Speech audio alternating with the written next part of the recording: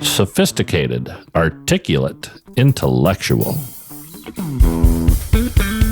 These are words other podcasts use to describe themselves, not us. This is Fairly Harmless. Take a break from being smart. With musical accompaniment provided by the Boston Horns.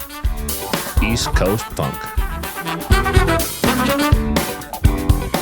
Please enjoy Andrew and James.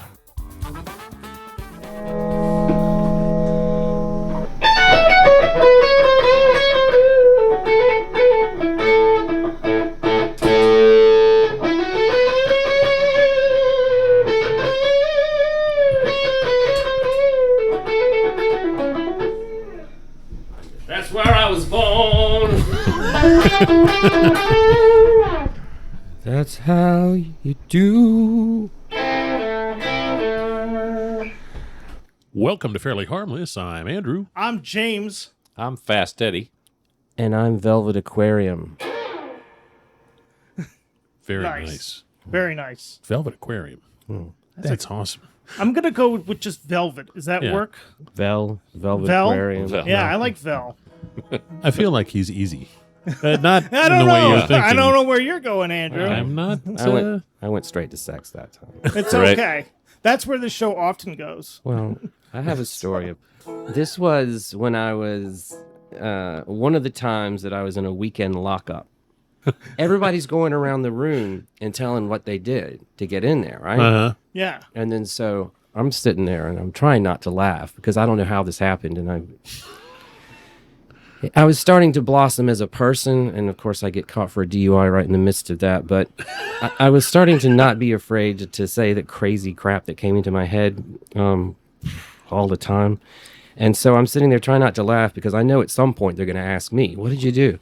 And I'm like, they said, hey, you're sort of quiet over there. And I was like, that's the perfect intro. I was like, that guy couldn't have set me up better. And I was like, oh, you guys don't recognize me, do you? And they're like, what? And I said, yeah, I was on the news for a while. So and they said, well, what did you do? And I said, well, one newscaster called me the pillow killer. And we're all sitting around. But I said the pillow killer, and then somebody was like this, and I said, yeah, I would sneak around at night. And finally somebody, like in the midst of me doing that. But yeah, so I tried to keep a straight face as far as I could and spun a tale of me, sneaking into houses and having pillows as my weapons. Did they struggle, your victims? Right. Oh, there's a pillow right here. Yeah. That's the Fairly Harmless pillow. That's the pillow that Andrew plans to kill me with. I dream about smothering him with it. Right. Please stop dreaming about me. So now you can get tips from the expert. Yeah, Right. You're the pillow pillow. killer. Val is the pillow killer. We've come full circle. Making This is compare amazing. notes. Yeah.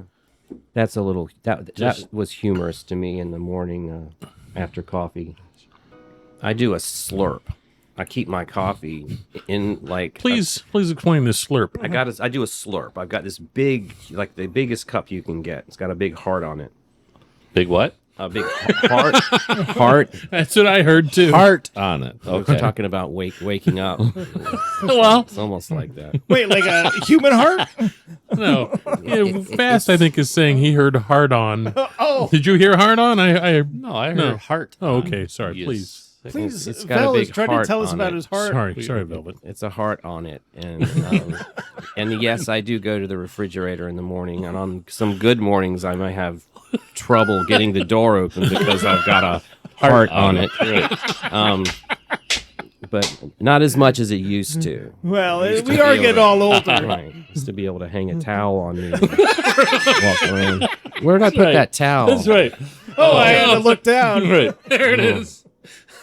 But no, I take a. Never had that problem. Somebody said, "Why do you keep your coffee in the refrigerator?" And I'm like, "I have a cup right there, and it's filled with coffee, and so I can open up the door usually, and grab that, and just take a big, like a, almost a gulp of coffee, and then let that work its magic." So yeah, as people may or may not be able to tell, Velvet is a professional musician and Yes. teacher, Yes. which Yeah, I have to trying to be say, a teacher. But what am I trying to talk about? This is the most fascinating thing that's ever happened in this office. this segs into one of our question areas. Who is the most famous person you have ever performed with or been on stage with? The first, I had a band called Milkshake with a question mark, y'all. So it was Milkshake. And it actually did something for about a year. I was in the paper. I kind of became a local celebrity in the Nashville, Tennessee, which is a little bit big. more of a music town than, Right, say, right. Raleigh would be. Right. So it was cool. I was in one of 3 Perry articles a few times. Like, I used to, and I was really into it at that point. I was, walked out and waved to people and said, "Oh, look at me," and had too much fun with that. But the biggest situation, I would say, on stage, because there's, again, being in Tennessee or Nashville, Music City, USA. But a friend of mine that was started in the beginning of the band Milkshake, he didn't make it he didn't get along with there was a thing. A lot of shaking going on. There's always drama in bands, but his Happens. wife or partner, at least at that point, grew up in Indiana, I think, and her family was friends with the Harrelsons, Ooh. to answer your question Oh, in a wow. roundabout way, and said, "Yeah, Woody is coming into town. You guys should play a gig. He wants to come and jam with your band." And it was like, and so I've never done anything as tactical as this in my life. I just like to play music, And so my first gig was with Woody Harrelson. Wow. On stage, and he gets on stage. He's just he's not. I expected him to be like natural born killers, like this big Right. hulking guy. Right. He wasn't. He was just a little pink guy. He was really nice, and he was very, very clean. Very just look how clean he is. And was he good in your estimation? He was pretty good. He took a long time in the.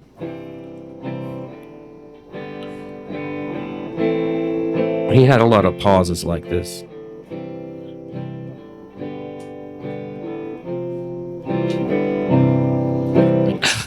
And then wouldn't sing. Just said, yeah. So I'd go.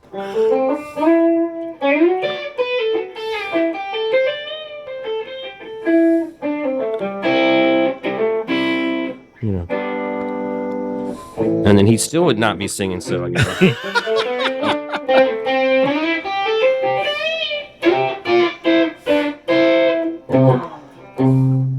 And he's not singing, so I kept playing these things, and the great thing about that show, was that a few people came. There's another person showed up too, which made it even better. Mick Jagger.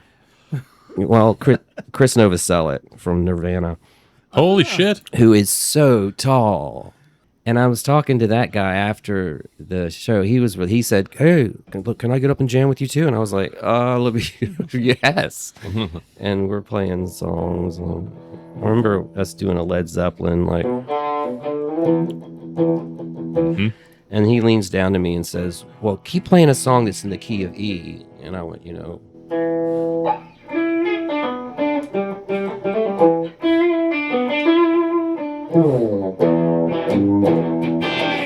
So I'm singing, "Well, I'm standing next to a mountain. Standing next to a mountain." And I'm singing that, and I'm going, "Oh, that was a Freudian slip. I'm standing next to this mountain of a guy, and I'm actually boasting about it in the lyric I'm singing." But Vel is the mountain that makes the airplanes fly. He is. in all his sweetness and coolness, he said something about, "Oh, you went to the wrong chord in that Led Zeppelin song." And he said, "It doesn't go to D, it goes to B." And I said, "Not in that song. No, it doesn't." And then I said, "Well, you got confused because D major is the relative major of B minor." And when I said that, his face kind of went blank, and I was like, "Ha ha." As most people's would. Rock musicians Yes. aren't necessarily schooled in The classics. The diatonic structure of musical notation. Nor our shooter and I. No, we are not. Yeah.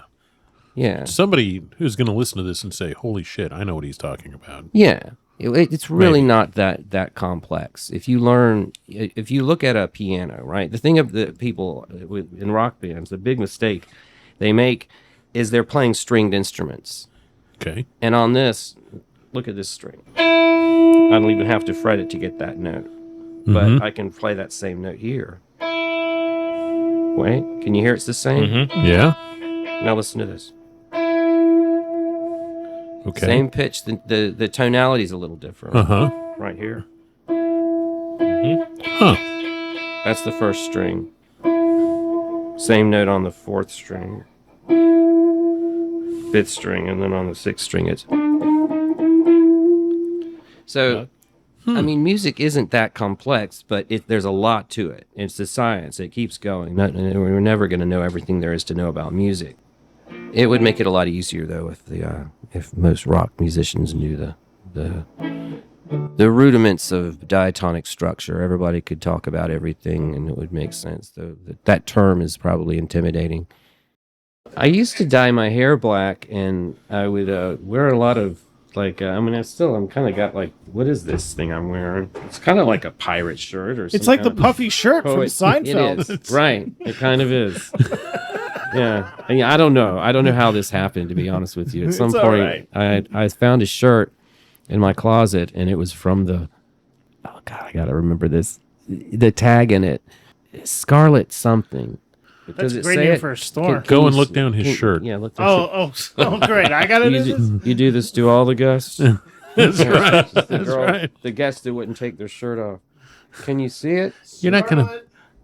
Darkness. Scarlet See? darkness. I knew it already, and because I knew that you knew the answer, I relaxed. You ever heard of this? I made this up, this term, but I'm sure that it applies. It's called recall anxiety. Something that you know, but in that moment, because you're either you're trying to answer a question for somebody, your brain clenches up. You blank. And because you're you're anxious about trying to get the recall, but you know that you know it. Yep. I have that a lot. Yeah, recall anxiety. It's kind of like reverse deja vu. That makes sense.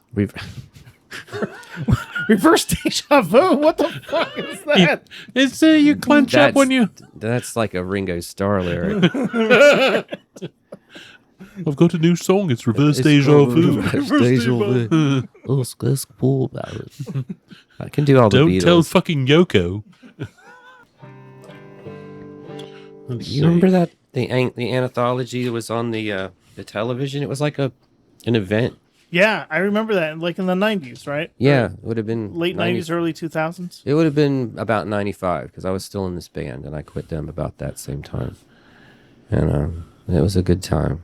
They just came out with another anthology. 4. They can't do that. I know. They tacked it on the end. Money. Yeah, we have money.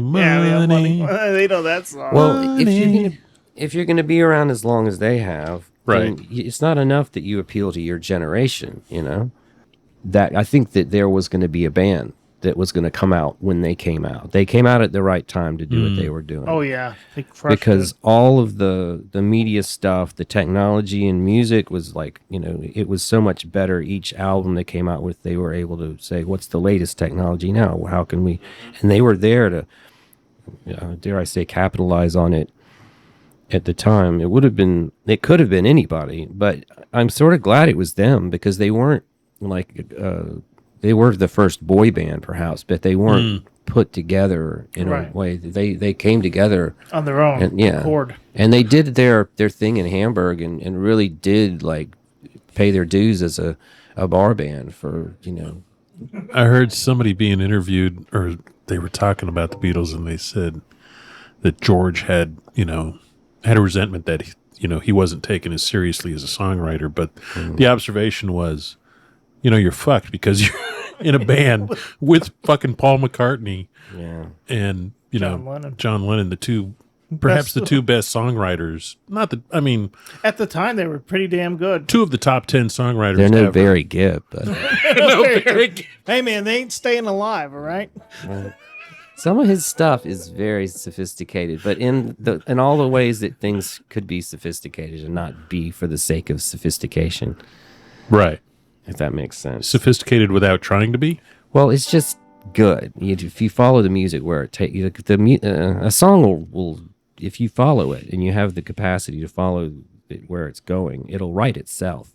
But sometimes and if you have a bigger vocabulary, then you can capture more detail and vividness in this chord change for whatever it is. Some people can only get this part of the picture because they only know so much about what they're doing on their instruments. All right, I got a question for you. All right. All right, hit us, What- Skipper. What is the most rock and roll way you've ever injured yourself? Something elite. Smashing I your- had sex with a clown at a party once. I was gonna say rock and roll. You fell off a ladder while you're having sex with a clown. With a clown or something. They said they were getting ready to take their shoes off. I said, if you do that, I don't think this is going to happen. So you got to leave the shoes on, is what Yeah. you're saying. Yeah. I Yeah. understand. It just doesn't have the same effect if you take them off. Then you see the normal feet. Come You're on, like, I got to clown. go all soft. So I ended up getting the wig because that came off and I put it on. Yeah.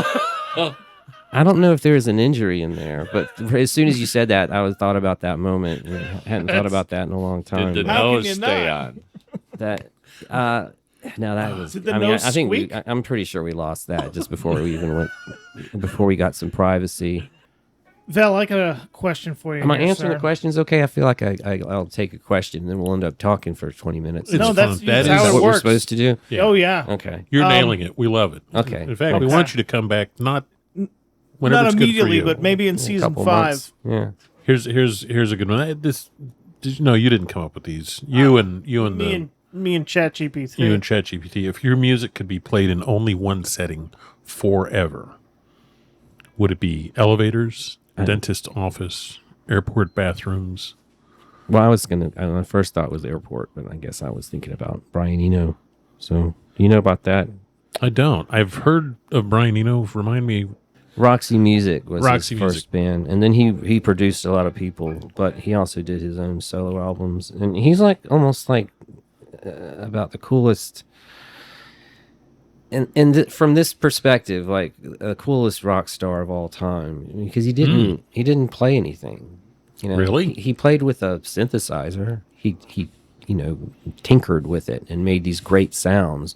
But I mean, how rock and roll is it to sit with your guitar and practice for 5 hours a day to get as good as whatever Jimmy Page? Right. By the time you're 20, that's not very cool.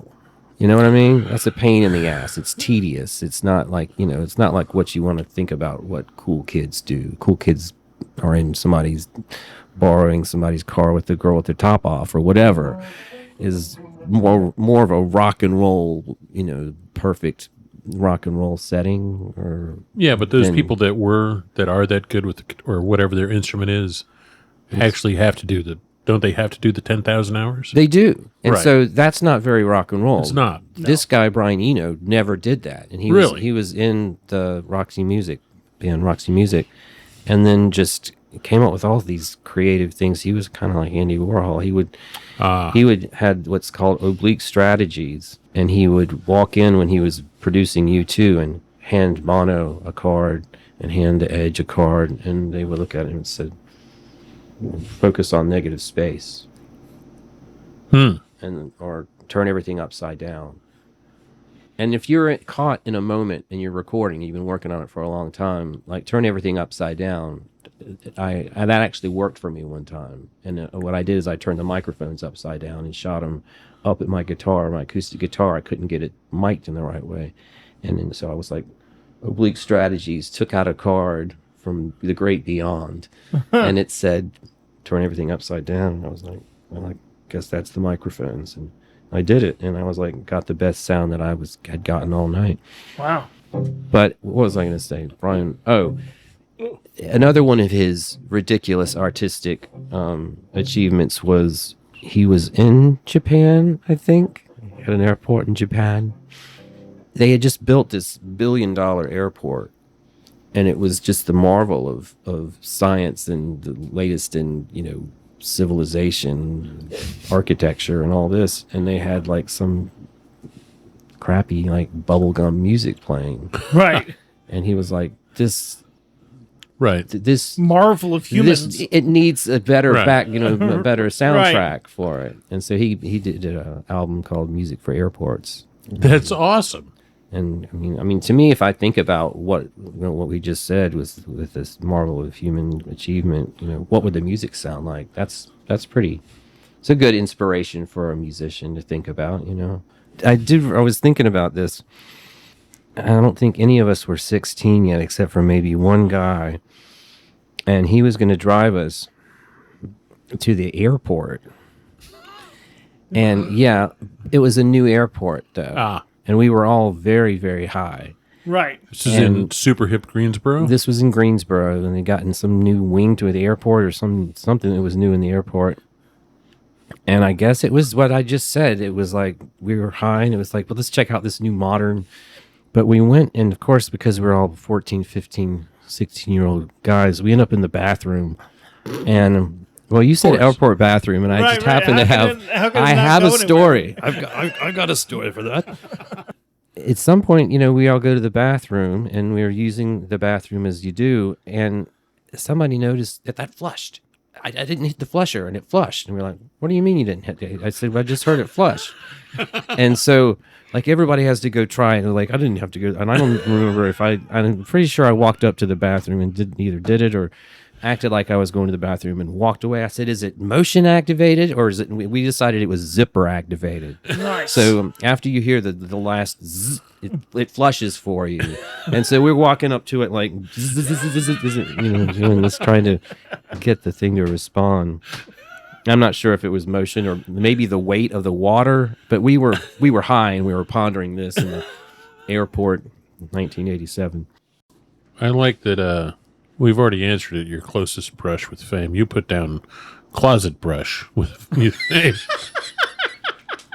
Did I? You did. I'm looking at it and I'm like, closet? Closet brush. And it turns out it was a clown. It does say closet brush. It does. It does. I talked to Jimmy Page for like 20 minutes. And No shit? Really? yeah. That's fucking cool. Yeah. But Right. the night that happened, or the afternoon that happened, I ended up seeing all these people. I was like, just couldn't believe it. I was elated I'd met Jimmy Page because it wasn't like he was one of my favorite guitar players. He was like, it. Right. Yeah. Like, What did you all talk about? well, I was like, Technical music stuff. well, right? that's I saw him sitting there, and I'm just like, oh my god, and Robert Plant was there too, and I was like, well, I'm not going to walk up and say, hi guys, really, because they played a concert the night before, and I'd never seen Page live. I'd seen Robert Plant solo a couple times because he played. He came to the Greensboro Coliseum a lot. The Greensboro Coliseum was like the latest in technology, Wow. in the early to mid '70s. All the way Right. through to like the early '90s or maybe late '90s when they added a bunch of stuff to it. So all those '70s bands when rock music was rock music Would come through there. when That's dinosaurs cool. roamed the earth, as they said. I don't think I told you the whole Jimmy Page story, did I? Oh, yes. Please No, go continue. continue. No, please. So I figured I get there and they're eating, and I'm like, if I walk up to them and they got a bunch of food in their mouth, they're not going to talk to me. And so I knew, because they were at a place that was my famous, I played this place. It was called 12th and Porter. And my girlfriend was there. She like calls me up and says, you're not going to believe she was hanging out flyers for her band and said that they're here. She kept saying they're here. And I said, come on. She said, no, I wouldn't kid you. And I said, okay, I'll be there. And I get there, and so I sit and have a beer or two because I'd been out the night before just at their concert. And I'll say this, he was as good at being accommodating to me as he is everything else he does. He was just really, really nice. Wow. And, I mean, I think he could tell it meant the world to me. Just since I knew everybody that worked there, I said, just let me know when they're finished eating. And they're like, oh, right, right, that's a good idea. And I said, yeah, just tell me. And so I walked up and I said, Mr. Page, and he like kind of looks at me and And then he realizes I'm not one of the wait staff. I'm there, I'm a fan. And he's sitting there at the corner of this table, like right here, and this is the front, and Percy's all the way. Robert Plant's back here with some people that I guess were their handler, bodyguards, people. Entourage. But there was a chair at the other end, and I had my hands on it, and I'm talking to it, and then I sort of feel it kind of going like this, and I'm like, sit down, mate. So Wow. I got to talk to him, and I just said, before I went over there, I was thinking, well, I'll just talk about guitars. I saw him play last night. That's enough. I'm not going to give up this chance just because I'm nervous. But he, at one point, he answered all the questions, and we talked for a long time. And I remember at one point he was saying whatever it was that I probably asked him a question, and he was going like this, and he was finishing the question as he looks at me, and he keeps sort of looking up at me like this. And then he's kind of going, are you paying attention to what I'm saying or not? And kind of looks at me, and I said, and I finally just went, I'm sorry. I said, this is a really big deal to me. And he goes, it's all right. Val, we're going to wrap up. Can I do a riff right at the end? Hell yeah. Yeah.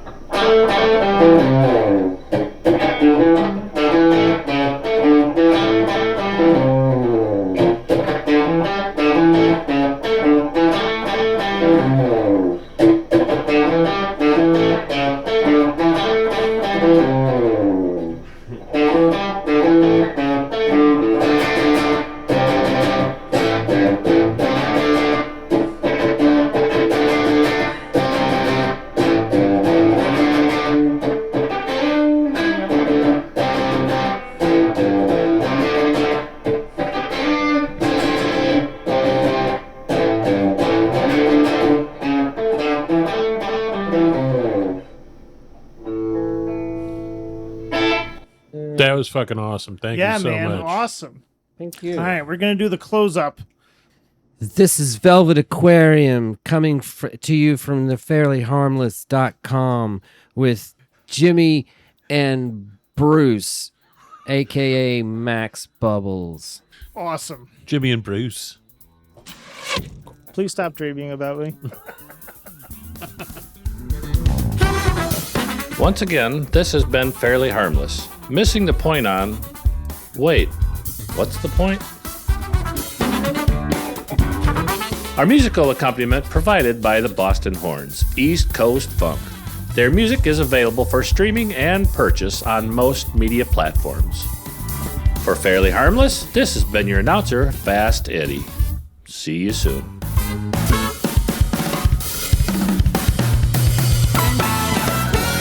Carpet cleaner. Not sex. Right. Carpet cleaner. I'm thinking about huffing carpet cleaner. I mean, you could. For once, it went somewhere besides sex. First stop in the mental tour. Right. It went to huffing carpet cleaner. I've never tried that, but it's a good. I bet, you could do that down at the Sherwin-Williams.